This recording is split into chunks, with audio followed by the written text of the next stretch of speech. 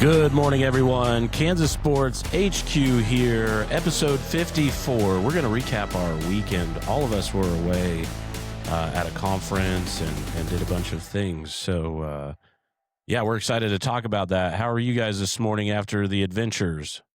Doing good. Getting caught up on stuff. Yeah, last week was crazy. It was a wild week. Yeah. All the things had to come together and fall apart at once. Yeah. Biggest thing is we I haven't been on a podcast in years. Really feels like after you've been doing it for every day. Yeah. I mean, you went almost 10 straight days, 11 days? Something like that. Were you? Yeah. Yeah, this week, because it would have been the Friday before he left. Did you get on before you left for the conference? You would have gotten on. Did we? That Did Friday. we do Friday. something that day? I don't know. I don't remember the last. Our last time would have been Wednesday, I believe. Yeah, Wednesday. Yeah. But anyway, Yours would have been the Friday before then. So it's been it's been a hot minute for Sean to be on Those with ones us. didn't even happen. Oh, You man, manipulated time. Yeah, you were How did definitely you do watching that? though. We saw that. Yeah, I was chiming into one of them. Yeah, I So saw. I had some free time, but it's good that we all traversed towards the east and got back safely. A lot of moving parts there, but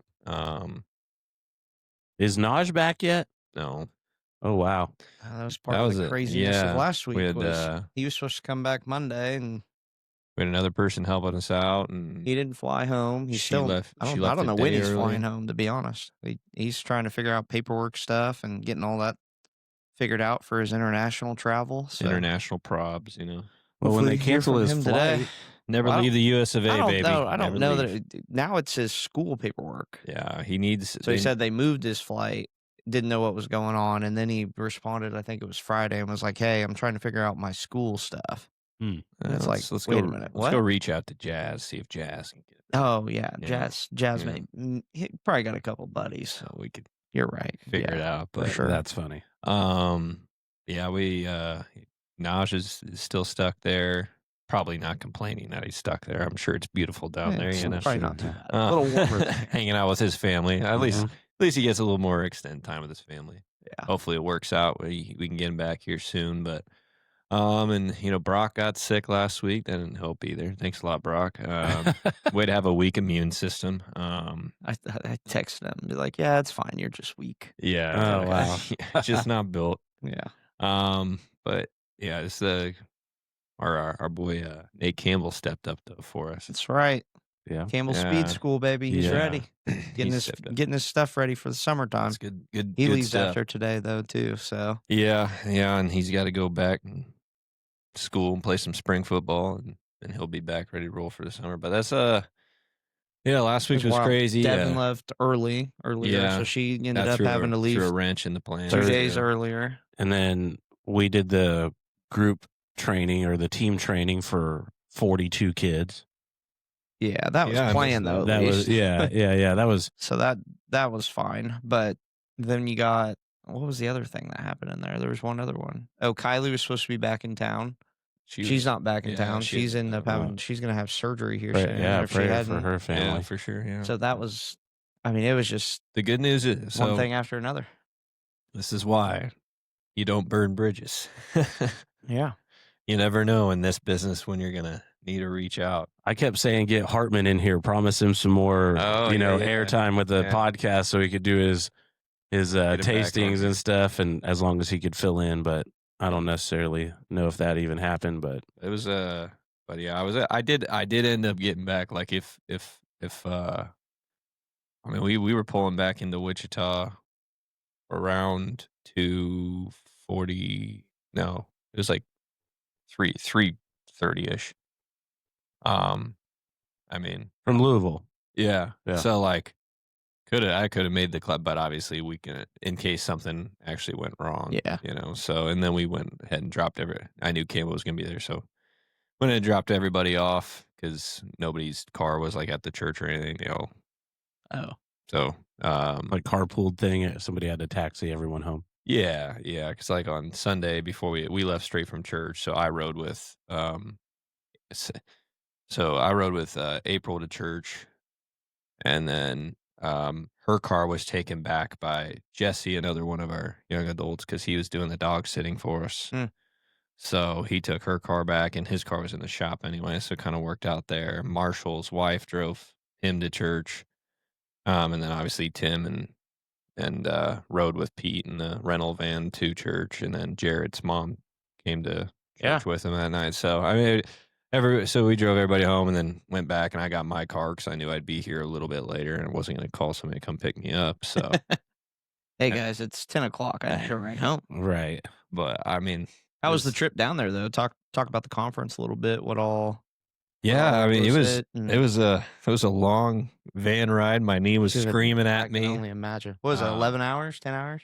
Oh, so the way down ended up being right about more stops on the way down, and then the added hour from getting into Eastern time, right at the end. You cross over the Ohio River, and it goes from 11:30 to 12:30. So it was about 12 hours on the way down there. Yeah.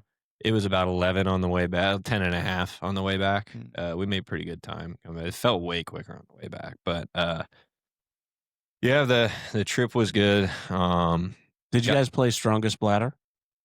For stops? No, we just kind of like I think only one time somebody asked to stop. Okay, that's not bad. Yeah, and so it was Pete and April were driving, and April toughed it out with all of us guys. So in She was the only girl. yeah, Oh, yeah, man. She was and then getting all the smells. yeah. Well, I think we all did a good job. Like I think we all did a good job. I mean, They had like a little power meeting before the van ride. that made it a little bit more painful too, I will admit. But we didn't want to smoke each other out in there, so because it wasn't that warm outside, and like roll down the windows. He's like, listen, you guys are all around her, okay? Yeah, Get it We together. all enjoy protein. We Be gentle. especially when we stopped at Steak and Shake on the way down there in Oh, Columbia. Oh man. We were in Columbia. I was like, we should go visit the Parisi there. There you go. Go see Coach Coy. But Yeah. it was a good time, man. We went. It's called CrossCon. They've done it for a few years now. So it's a summit, a conference for young adults. There was a missionary track, so like mission minded people, which there's a lot of mission minded people right there. And then there was a track of for discipleship. So it was really cool. A lot of breakouts, cool speakers there. A couple like Christian rap artists were there. Sheldon, he was really good speaking too. Like he preached a really good word. His breakout was cool too. And it then Tripoli is another guy. I hadn't heard of Tripoli before. I've listened to some of his music since then, but he also preached a really good word. It was really, and he's pretty funny too when he's up there too. So he's got a good presence on stage, and my favorite, of course, the first night there, John Piper. He's getting up there in the last year. So everybody who's at this conference is Reformed theology, which is what our church is all about. And John Piper is one of like the titans of faith. God has used him in some really good ways. Just a force of a preacher for many, many, many years. I mean, he's been doing it for 50 some, close to 60 years. And he's been at some of these conferences and stuff. It's the first time I've ever watched him live. I've just to help me study for a few things. I've watched him. He's got it's called Desiring God. He has a school up in Minneapolis where he's from. Where they, disciple people, help build preachers and everything up there, and so that was really cool to hear him preach. And then they did a little Q&A with him after that, and that was really awesome. So a little fangirlish type stuff. Oh yeah, super exciting. No, I mean, wanted to give him a Paulian kiss, but because you don't know if he'll be at the one next year, right? That's true. I mean, he even said that too. He's just like, he's like I'm really excited. I'm getting towards the end of my life. It's pretty cool, but he's 80. He's just about turned 81. because this past year, you know, within 2 months, John MacArthur died, and he really old, but he died, and then Vodi Bakum died, and he was only 56, 57. Two Mm. like other like big time preachers of the faith, and so John Piper's still standing. I mean, he's moving well too. Like talk about fascia, this guy. Oh, Yeah. dang. He's Yeah, moving. let's go. He's moving Let's well. go. So I mean, I hope he's. I mean, obviously, but gonna rejoice if he goes and sees Jesus. But hopefully, he's there at the next one. They're actually moving it to St. Louis next year, so a lot closer. Oh yeah, Yeah, a lot closer. little 6-hour drive. They've outgrown the place there in Louisville. They actually was 2 conferences. So there's the 1st to the 3rd, and then the 5th to the 7th that we Yeah, were solid. at. So there was Okay. like 11,000 at that first one, and there was Woo. 6,000 at the one we went to. Oh man. So that's huge. I mean, Those are awesome numbers. so that, and you know, we on Church on Sunday, us 4 kind of gave our little mini testimonies about what God is calling us into. What do we feel like God's challenging us to do from that conference? You know, what our takeaways were. And one thing I mentioned, and I think the other 3 would agree, is just I think as Christians we can get feel isolated sometimes, you know, especially if you're really following Christ. I mean, there's a lot of people who say they're Christians and they don't really live it out. Sure. And not saying that they're not saved, it's just that you don't see the fruit getting more. They're still kind of really attached to the world. But it is really cool to go to one of these things. However your preconceived notions are about these, whether it's going to be really like I don't know, fake or whatever. I didn't feel that way to me because that was my preconceived notion about these big conferences. I'm like, what is this really going to be like? But Right. it was really cool. I mean, you're in a convention center of 6,000 people just raising their hands and just crying out in worship to the Lord. I mean, it really makes you think like, okay, yeah, this is for 18 to 25-year-olds, and there is How'd Pete get in? he's a leader of our group. Ah, Yeah. so he gets to. He was the chaperone. He drove both ways, all the way Yeah. both ways. I'm cool with that. I think that's why nothing crazy happened. Oh, These yeah. young adults just Yeah. being chaperoned. I think I'm too old for it next year, but Marshall was too old for it this year, and he still went. So Can you still roll in there and be like, I am 22? Yeah. I'll As long as you look the part, Yeah, they're just probably not shave. checking. Hopefully- ID. yeah, shave, just hopefully I'm shave. not actually growing something by Yeah. next year. But it was awesome. It's just good to see that. I mean, now I'm motivated to try and go just to see if I can not get caught. this Are you 20? Yes. yeah, this just say you're a leader of a group. That's all you got. I mean, I am 25. No, but it's cool to see. Like, I mean, you're not alone. I mean, even it's not like every single. Some of these people were just invited to go, and you know, maybe just thought it might be cool to see what the haps was. But I mean, it is really awesome to see just how many young people are chasing, and how many young people want to go overseas and try to spread the gospel to the edges of the earth. I mean, that's really cool, and it was very, very encouraging to see that many young people chasing after Jesus, because I think sometimes when you're just isolated in your own life, you feel like you can be alone sometimes. And all it takes is conversation, you know, and then you'll figure out, oh, wow. Yeah. Because that's what we're taught these days. It's like everybody's different. Everybody has different viewpoints. If you say something wrong, you're getting your head bit off. But it was really cool to be around very like-minded people who are all chasing after the same goal. Up down there in Louisville, and it's grown so much now that they're going to go to a bigger place in St. Louis and closer to us too. So that's nice. It's way more convenient. Yeah. As half the trip down. I mean, as Christian McCaffrey said after the Niners won yesterday, Hey. God is good. God is good. And being surrounded by people that are chasing it just like Well, you, I bet you that's pretty powerful. I think you know, on that point, you know, we see a lot of guys in pro sports, college sports, really proclaiming, and it's like lately it's been like the top performers. And Oh, it's definitely back to what I feel like I grew up hearing. right. But Absolutely. it almost like when you grew up hearing it, it was like, oh, okay, yeah, they got to say that. It's like I mean, these guys are straight up preaching mini sermons in their press absolutely. conference and everything, and it's awesome. Like, and I'm not saying the people who said it back then didn't mean it. I'm sure they absolutely did. But for a while there, it just went quiet. Mhm. You know, it was frowned upon. They would cut it, like the TVs would cut it away if they start saying that. And now, like, I mean, McCaffrey, Purdy on the Niners. You have C.J. Stroud and their coach on the Texans. D'Amico. Yeah. And then Fernando Mendoza. God, he just says everything correct.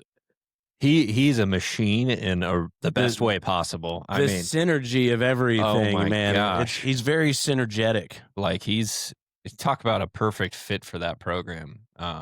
But Indiana just laying waste to every opponent they're facing right now, and they're not going to stop. They're probably, as good as Miami is, I think they're going to lay waste to Miami also. But Packers need to watch their tape. Yeah, it is. Learn how to play. It a is second two half. very old teams. Like that. We were that just was talking about that. But yeah, it's just really, really cool to hear people be very unashamed of the gospel. And what's interesting, like at Glen Park when we were in the last, when did we finish that?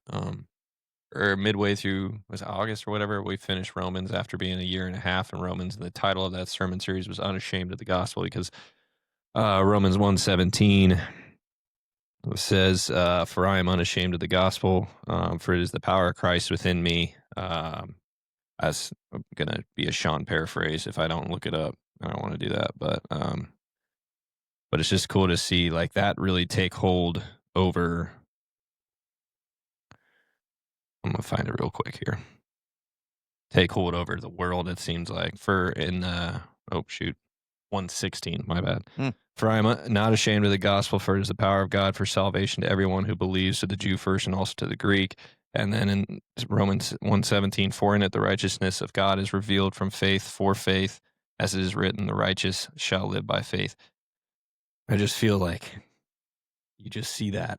And then when you go to a place like in the cross conference where I went, it's you see that kind of in real time where it's like, okay, yeah, there is, like Charlie Kirk was right, man. There's a movement among young people. It isn't just we're posturing for clicks or whatever. Yeah, it's truly happening. You've seen all these videos of baptisms on campus and everything. Mainstream media wants to downplay it, but it's very much alive for sure. Right.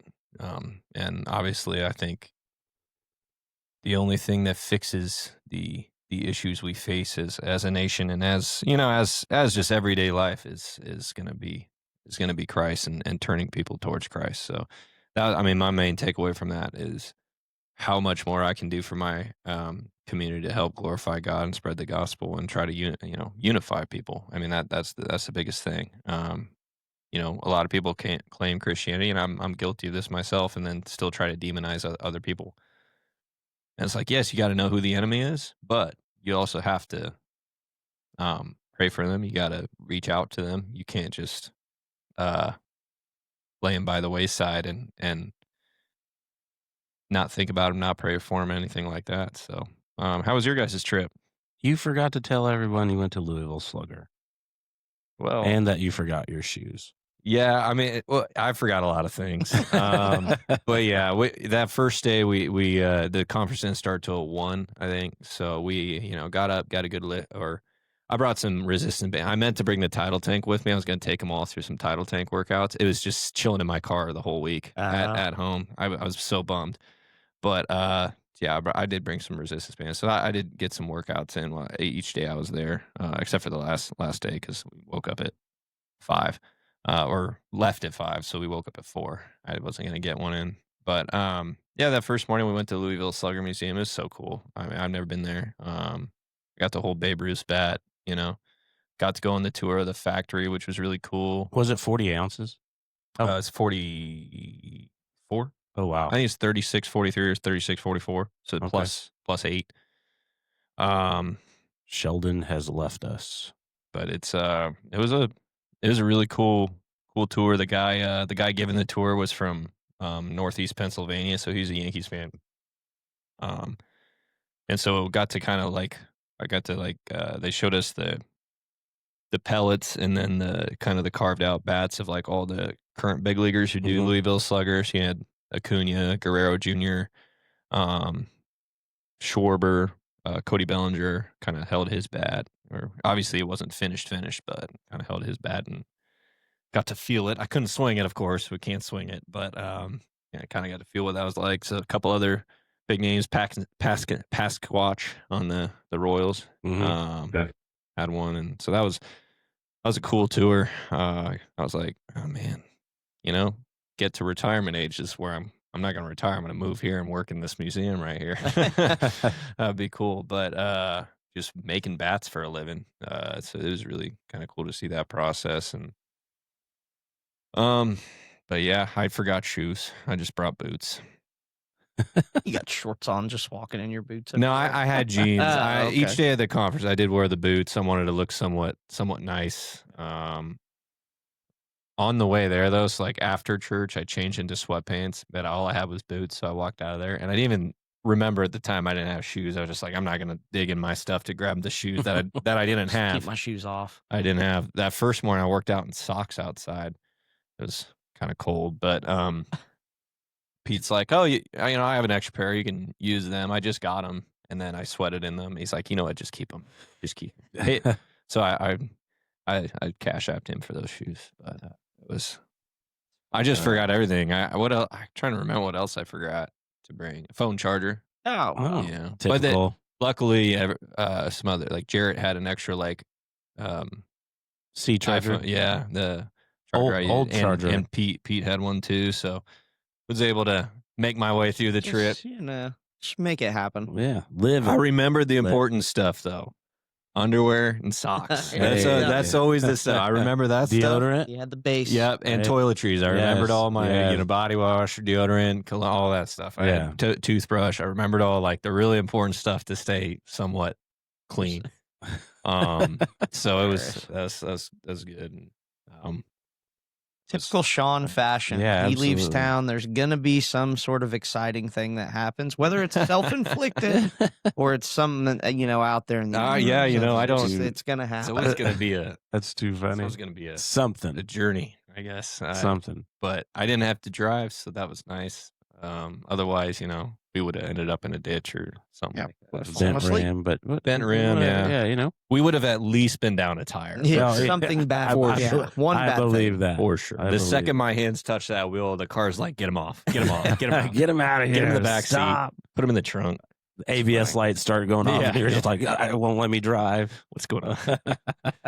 But hey, I mean, my car, we made it to Iowa and back one piece last or 2 weeks ago, whatever it's been now. So that's making moves. we're rolling, man. making moves. We're on a good streak now. Yeah, We're on a good yeah. streak. So that's fun. But anyway, Sheldon, I'm going to let you talk about how was the trip. How was y'all's trip? I want to hear your version. Mine's pretty exciting.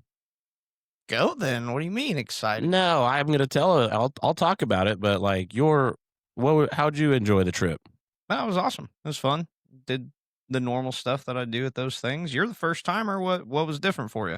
Oh, just putting some faces with some names. Mm-hmm. Getting out there. It was cool that it was in Ohio, about 45 minutes from where I was born, and everything was in walking distance. So that was really cool, being able to walk around, see the town a little bit, and experience that.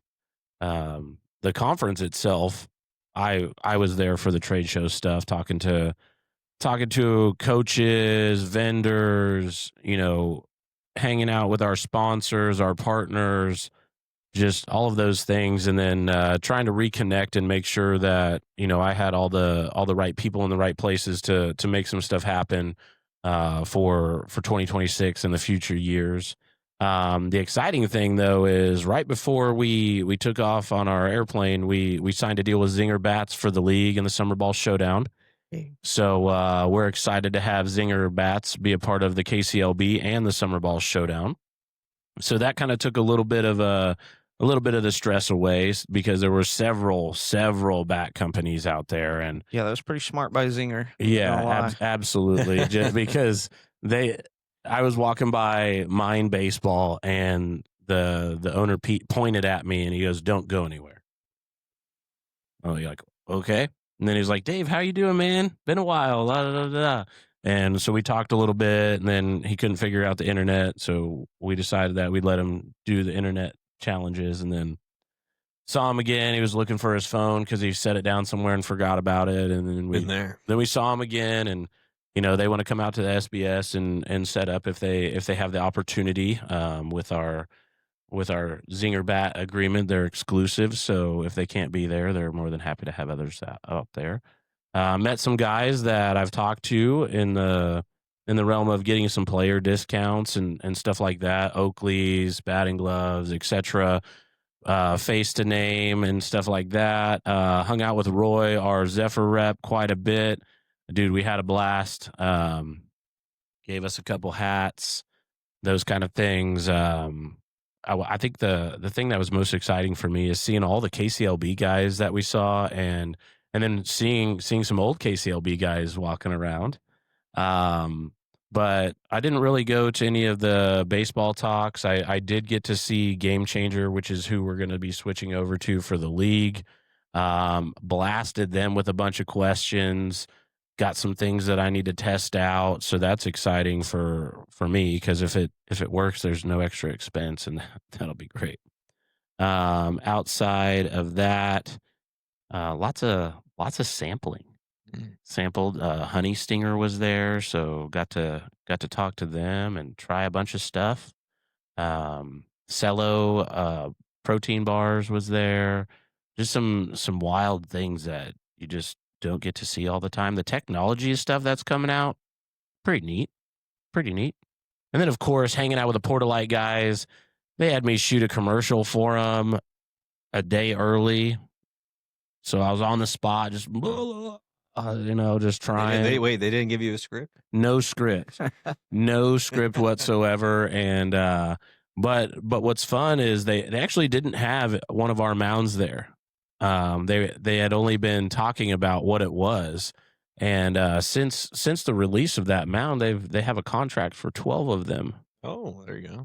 You should have brought one of the mounds with you up there. Oh yeah. Hey, we got one for you. They had a large space, but it wasn't like you could put all of that in there. They did bring some, but I mean they were truly pushing the Spike Tech technology that they do and stuff like that, and just getting to chat with them, connect them with Tenkate, who is a turf dealer and turf building facility. They do all that stuff, and we managed to bump into the Tenkate guy at one of the restaurants and spend some time with him. Met some guy from Kansas, he lives in Wichita. Yeah. He lives maybe 1.5 miles, 2 miles from us. Guy or English guy. He's British, and doing turf things there. Made some connections. Then we got to see Joe Girardi, Don Mattingly, walking around, and the LSU coach was like the highlight for all the coaches that were there. I got to meet several commissioners of leagues that I've talked to over the years, and a little face in the name. Yeah, and that was pretty neat. That was cool. Got a couple former SBS teams that are now wanting to come back. On the horizon, talking and sharing some things, connecting a lot of people to Roy.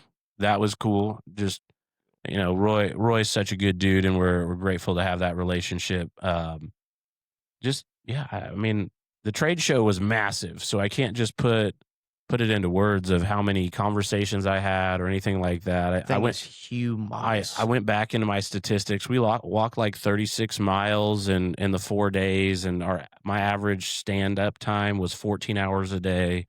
It was awesome. I had a great time. Excited to check it out the next time, even though it's going to be in Chicago, is what they're saying next year. So, but I'll make the next part of your trip a little bit easier. Yeah, and it ends up in right. And then on the fly pit stop in we jumped on a plane, went to the Packers Bears game. That place was electric. We always talk about how Arrowhead sways. This place literally bounces. It feels like the concrete and the rebar has a heartbeat when that place is going wild. We got to see, the snow falling massive amount, and then a great game. The experience was okay for the goals that I wanted. I wanted the Packers to win, so they had to go to Seattle. But but at the end of the day, it was pretty cool. Sheldon just wanted the Packers to win. One of the tailgates was wild, man. It was wild. We went to a tailgate, and the news was out there. People were, Sheldon would walk by in his Packers stuff, and people would just look at him. Why are you here, or stuff like that. I mean, I can't exactly say what they were saying. Well, I have an idea. I've been in his shoes before. Yeah. They were saying some tough things, and then we met some really cool people. I mean, I think I saw you talking to a young man there and you were talked to him a few times as we were talking about getting some barbecue that was at that tailgate and stuff like that. So the only thing that I want to complain about is the walk from the tunnel to the stadium. That's it. I mean, it's so bottlenecked, but I guess it's part of the experience. I don't know. That's why you got Brian with you. Well, it was like Walking Dead out of that place. It was crazy. Because everybody, obviously, they ended up coming back. They win, so now everybody's like, super amped, walking like penguins. Yeah. So they weren't necessarily trying to get out of there very quickly either, and just on and on and on. But sure. But no, the conference was great, man. It was cool watching and seeing all of our staffs just kind of plugging in and being able to network and go out there. And I mean, really, that's. From a league perspective, the whole conference is for that. Like, it's for us to be able to connect with people and just so people can put faces to names and shake hands, and just kind of, because we do so much work from a national scale where it's like you're always on the phone or on an email or whatever. It's just a good opportunity to get some FaceTime and actually just kind of talk, and then see common interests, see how people operate, see what they do, see how they move around, that type of stuff. So just let you know a little bit more about people. It was nice for me to reconnect with some guys that, that I don't see on a day-to-day basis. And, that portion of it was cool. Coach from New York, coach from Virginia, places like that I'm not traveling to, for any other reason, essentially. And get some FaceTime with them, just check in on them, see how their families are doing, just kind of strengthen those relationships and, just have that type of time to be able to, talk the game, talk shop, talk what they got going on, what's good, what's bad. Cause then we're on the forefront of their minds as they're, getting back into the springtime. If they have a guy that, might need help here or there, or whatever, then they start to think about, us again in comparison to not seeing each other for a year. So that's just, kind of the main things. But the vendors were great. And a lot of different conversations there. Just getting ideas and just seeing what different people do. I think that, like we talked to that grip company we talked to, they had kind of a creative idea for doing some stuff for our player bags. So we had a good conversation with them, like trying to see how we might be able to look at some of the stuff we already offer, but look at it a little bit differently. It creates and spawns new thought processes just based off of, what they want to do, because, those guys go to that trade show and it's stupid expensive for them to set up there because we looked into it.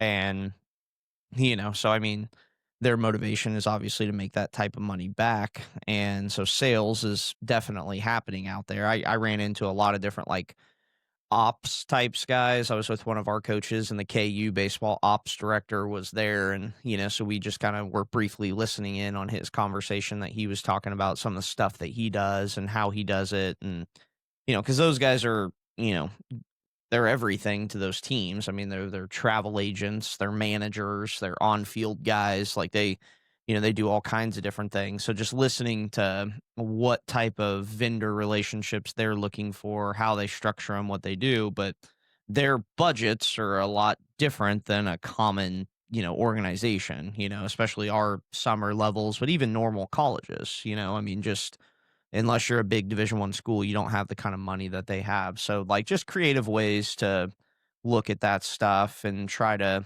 create new ideas there is really what I take from all of the conversations that we have, and getting to meet some people that we obviously would never probably run into, that type of stuff's pretty cool too. But they do a really good job. I mean, we don't, on the educational side of it or the coaching side of it, I mean, that's not really we obviously, coaching Parisi and baseball are two very different things, but I still went. I was sending Sean some pictures of that one that I went to that was a little bit more detailed towards performance coaching from Duke. Had a lot of cool stuff in there. I mean, a lot of stuff that we are implementing already and talking about, but it was kind of cool to reaffirm that, that's what they're doing at a Division I level. But then it's also kind of cool to think more of on the Parisi side, where it's like, yeah, we know that, the information that Bill Parisi has kind of pioneered is stuff that these, Division I schools are looking into because they're talking about it, and that's where the source of the information came from. So that side of stuff's really fun. It's cool to listen to. I talked to a couple different coaches about strength programs, because they obviously know what I do back here and had some questions there. So just networking on that side.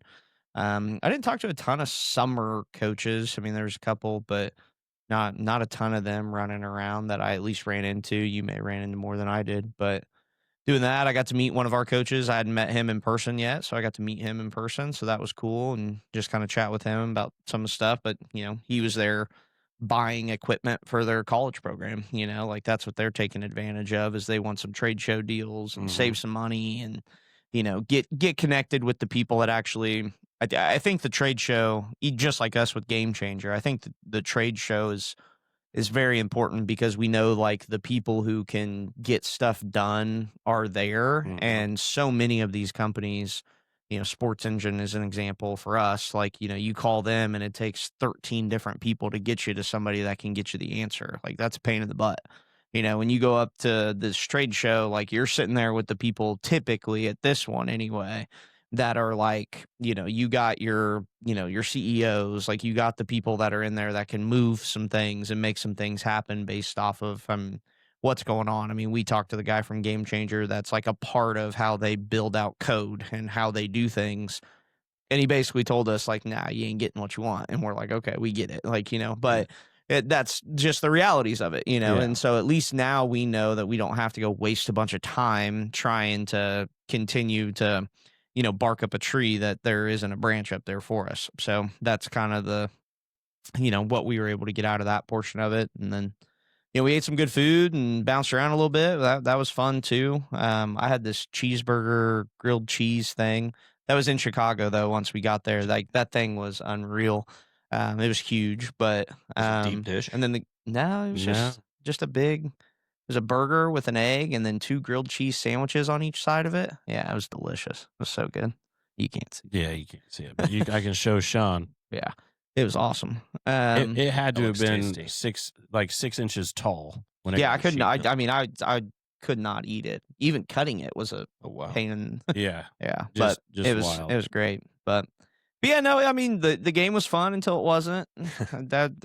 But in true Green Bay fashion, that's what we do. So that's what we're about nowadays. So it just is what it is, and on to the next year. Hopefully, make some changes, and still the last team standing. It is what it is. Yeah, Niners, man, they're. I didn't watch George down Kittle, of that game. How'd Brock Purdy do? How many interceptions did he have? 2. What matters is the win column, baby. Absolutely. 100%. That's absolutely. It just proves my point that team with that coach is the reason he's able to do it. Guess what? Nothing proves your point. Thank you for proving my point. It doesn't prove your point. Anyways, George Kittle went down with an Achilles injury, so he's out for a while. My guy. The thing that I saw is players are pushing their body to the max these days, and even as you get older, you still want to be in top notch and capable of pushing your speed limit per se. And it just reflects back on why you train fascia. That's all I could think. That's all I could think about. Like how can you bulletproof your body at an older age? To you think Kittle will come back then? To be a Niner? He said he doesn't want to leave. Yeah, but with that type of an injury, come back to Iowa, be the tight ends coach. I mean, I don't know. I think it all depends on how severe it is. I mean, you saw his calf roll up, so did it? Yeah, I mean, it could be like a full year thing. It just stinks, man. Like I mean, obviously, such a good dude too. Yeah, I'm good for the game. Big Hawk fan, obviously. And so you have Laporta who's hurt, Hawkinson's hurt often, and then now Kittle's hurt often. It's like when they're all healthy, they're top. They're all elite. Top 7, 8 tight ends in the game, and it just stinks it. Now, my theory, is that Iowa had this really good strength coach, Chris Doyle. Maybe the Packers should hire him. Well, they can't, and I'll Oh. tell you why. But he for the longest time, everybody's like, man, Iowa just pumps out the like. A lot of time, it's the trenches, right? It's offensive linemen, Mhm. defensive linemen, tight ends, linebackers, and then some defensive backfield. Guys to the NFL, they're like, man, what's going on? It's Chris Doyle is their longtime strength coach. I don't know how long it was exactly, but especially in the late 2010s, they had a lot of dudes like Tristan Wirfs come out of there, Okay. Kittle, Alaric Jackson, Linderbaum kind of came out of that era as well. Obviously, all the tight ends, Fant, Hawkinson, Laporta was a little bit after that, but and Kittle. And these guys didn't get hurt in college, I'm just like thinking in my head. And then the second this guy leaves, because he kind of got Iowa had this whole like some whistleblowers, I guess, came out and said, there's racial discrimination within the Iowa football program. And it was all during the 2020 time, and everybody's super sensitive during that COVID, all the protests all over the country with stuff. So it's like, well, time to take action. It all got dumped on this strength coach. So this guy and Ferentz and Brian Ferentz and like the coaching staff, they still went to court and had to get a question about it and everything. But somehow it all got dumped on this guy as the scapegoat. He leaves. Iowa's offensive line tanks. Tight end production tanks, because after Laporta was gone, I mean, Iowa hasn't had like a good. I mean, they've had some decent. They've been off injured. Where'd this guy go? So he got fired, right? Mm-hmm. Everybody remembers Urban Meyer's legacy at Jacksonville. So Urban Meyer goes into Jacksonville, and already some like heat around Urban Meyer with some things. He also hired this guy, Chris Doyle. Smart hire. Really good strength coach. He hired him to be the strength coach of the Jaguars. 2 weeks later, he has to let him go because the front office or whatever said, no, we can't have him in here with his past. So he gets hired for like a week, gets let go again. But I don't know, maybe enough time has passed. I remember on the podcast one of the podcasts I listened to, they actually interviewed this guy, Chris Doyle. And he's like, he's not apologetic. He's like, I was hard on guys. He's like, yeah, maybe I said some things that they took personally, but I was just hard on guys. I was hard on everybody. I didn't discriminate one person or the other person. And there's been some other but it was just that time. Everybody's overreacting to everything, and it's like he's an old school coach, hard-nosed coach, and a lot of times it just doesn't fly anymore. We need. But Iowa's their offensive line production just tanked for a few years, and part of it was because that 2019 to 2020 and 2018 recruiting classes of offensive linemen guys either medically retired, got hurt, or transferred out. And eventually they just didn't have any upperclassmen to hold up a offensive line in the Big Ten, so it just doesn't work. But speaking of transfer, the transfer portal's been hopping. Yeah. Oh yeah. I was balling. I was making some big pickups. I mean, and then you have just the top transfers everywhere. I know K-State has lost some guys, but also got some big guys in there. With their coaching change is kind of big, but Raiola, whatever that guy's name is from Nebraska, he transferred to Oregon. Oregon is where he ended up. Yep. So I wonder if that means Dante Moore's actually going to the pros, their starter. Yeah, he said he was. He was? I'm officially? because he doesn't have any eligibility left. No, he's got 2 years. I was at gonna least. say, he's 3 young, years. isn't He was a redshirt Sure. sophomore this year. Oh, Yeah. So thought then he said what? he Oh, was is the staying. maybe the Ole Miss quarterback? Then well, that's who they said Ole Miss they guy, denied he's- his 6th year, yeah, so he's going to the draft. Because he was at he was D2 FCS to Ole Miss. But yeah, I think a team's going to take a flyer on that guy. He's a playmaker, the Ole Miss guy. But it was interesting. I mean, if I were Moore, I would go because he's projected to be the number 1 quarterback there is. No, Mendoza is. Did he jump from did Mendoza jump to number 1 now? Yeah, he's kind of been there for a little while. Well, not watching the game, they said Moore was number 1 and Mendoza was number 2. Well, you know how And then the draft after the analysts game, are, it was just like, bloop. Yeah, you know how the draft analysts are. They disagree on a few things, but yeah, Mendoza has been kind of the consensus for the most part, number 1 pick for For the Raiders. Pretty long while here. But yeah, he's he's such a good prospect. Big accurate arm, spins a really nice football, leader. Says all the right things. Dante Moore's obvious. Dante Moore's ceiling is probably higher. That's why I like take him. But I think Dante Moore's afraid of the whole reason he's been back and forth about going is he doesn't want to end up on the Jets. So I mean that's understandable. That's fair, absolutely. Because how many quarterbacks have the Jets ruined so far? Yeah, I mean, and Caleb Williams is lucky he landed on the Bears at this time. Because I mean, Justin Fields, I feel bad for that guy because the Bears just ran him out there with nothing and it was pretty wild. But well, just finding out that the top transfer quarterback is now going to play for Lane Kiffin from Arizona State. Sam Levitt. Yep.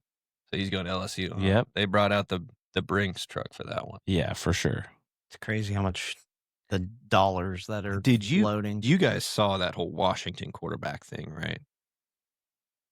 I don't know. So Washington Huskies, their quarterback, Demon Williams, had a really nice year. Was redshirt freshman this year. Had an awesome season for him. He like signed a contract or something like that to like re-sign, which is just dumb that we're using that term in college, but re-sign with Washington back for like a new NIL deal. 4 days later, he says he's entering the transfer portal. Oh wow! And a lot of people are thinking that he was going to go to LSU, but yeah, he entered the portal, and now it's like Washington's threatening to take legal action against him now because, well, it's like, why would you sign a contract that doesn't even really mean anything? You can just exit it 2 days, 3 days later, because clearly another school came offering him big money. Yeah. And so now it's that's a whole thing at this point is it's out of control. I kind of hope they do take action, hold these guys accountable to what they sign. But that's the problem. They can't. I mean, they can try to take action, but there's no. I mean, a contract should be a legal binding agreement, but who knows what if it was like along the parameters and along the rules right now there's no rules. So right. Apparently you can sign a contract and just dip right away. I guess that's kind of very similar to, a non-compete form in today's world. If you sign a non-compete, if you make $1 more, your non-compete is no longer in place. Depending on how that language is, but if you better yourself by $1, it can't be enforced, at least in Kansas. It's nuts right now. None of this stuff. It's nuts right now. I don't know what to it's crazy. Look at, and there's a lot of solutions out there that need to be addressed. Yeah. And the first I think Dan Lanning, he nailed it. I think we talked about this a little while ago, but he's just talking about how right after championship week, first round of the playoffs start, you still play on Saturdays, a week apart. NFL can stay on Sundays, right? But all these streaming services want their Saturday games. But go Saturday and then you're done January 1st. And that fixes the calendar a lot because, you got these teams that are still in it and you're playing till, next week now. Yeah. If you make it to the championship, and school's started for these guys. So, you got guys leaving the team midway through a championship run. You got coaching changes happening before the season's really over, and then teams opting out of bowl games. Bowl games are, kind of, they're just money grabs in themselves, but now, and then these conferences can fine you for opting out of a bowl game. It's like, what are you supposed to do? You got Iowa State had 20 guys on their roster. What are they going to do? Send out their walk-ons to just get hold an destroyed? Open tryout? Yeah, what? Come why? play in this bowl game with us. Either I'm these, in. and then you gotta have some sort of CBA between the players and basically make the players employees of the school, because all these these conferences and these schools say student athlete. And it's like they're not student athletes anymore. They're athletes who also tend to just kind of go to classes, and they're professionals now. And it stinks because they're 18, 19, 20 years old. And a lot of them, their agents are just their old high school coach or just random people who reach out to them online and say, I'll represent you. And they do this. So then like these coaches are talking to these randos. I mean, because they have no like legal expertise or schooling or professional training to be a sports agent. They're just basically winging it. And then they're giving these guys bad advice, and because they're young guys. I mean, I'm 20, I'm 25 going on 26. I know I would make dumb decisions if I was in their shoes, right? Sure. I make dumb decisions every day, and we're talking about 18, 19, 20-year-olds. Right. Who are in this realm of just getting money thrown at them and coaches telling them this and promising them this, and then and the roster turnover is crazy, and no one's playing for the thing on the front of the jersey anymore. Right. Everybody's playing for the name on the back of the jersey, and they're playing for whatever coach recruits them in a lot of times, which is fair. Like, I mean, you that's always been a part of the dynamic, but when you start to throw in all the other part, it turns. But with the transfer portal, like a coach could leave, and then you don't see a mass exodus of players come out of a program because they're like, okay, I was sold a vision to this coach, but I've also sold a vision to this school. Yeah. Right. Nowadays, it's just the coach. It's just the position coach. It's just this guy. And if they leave, well, I'm out too because this is the only guy I trust here. I don't trust my school because that's not what I'm here for. I'm not here to play. I'm not here to play school. Yeah. You know, within that structure, they all know the new coach coming in is going to have no loyalty to them. So, exactly. and that's the ultimate part of it. It's not, you want to kind of blame the kids, and we do that pretty easily. But the reality is it's the structure that's the problem. Because if you're telling me now I'm going to sit here and you're going to bring, so wherever and whatever school you're coming from, you're going to bring every guy that you can possibly get to come with you. Why? Because as that coach, it makes your job that much easier. Number one, you're going to show up with 35 recruits that you know and you trust. Whoever stays, stays. And then we try to blend those things together as a team. That's not a good situation to be in as a player. You want to go with the guy that's doing the thing for you and saying, hey, you're going to come over here and I know who you are. So it just becomes this jumping around game. Plus, then you add the money aspect side in there, and it turns into a whole different decision-making process. And there's a lot of moving parts to navigate on that. What would be great would be at the very least, I don't know how this would be. It would have to be like the conferences making rules, essentially. I think this contract thing that this Washington quarterback signed was a Big Ten contract type of thing too. Because the conferences have all the powers. Conferences and the TV networks have all the power right now. And so we say like, and that's what bothers me too. They're like, well, these coaches can just leave whenever, and they don't have any like loyalty. And then so finally the players have some power. It's like the players really still don't have power. Yes, they're making more money, which good for them. But like all the power is within the TV networks and the conferences now. So there's a power vacuum, right? So the NCAA essentially went from having all the power and overreaching their power way too much and just for years being, just straight up fascism by the NCAA. Yeah. And then they essentially go overnight to having zero power. So the vacuum of power has to go somewhere, and it went to these TV deals and these conferences and these conference built mega conferences, which still screws the players.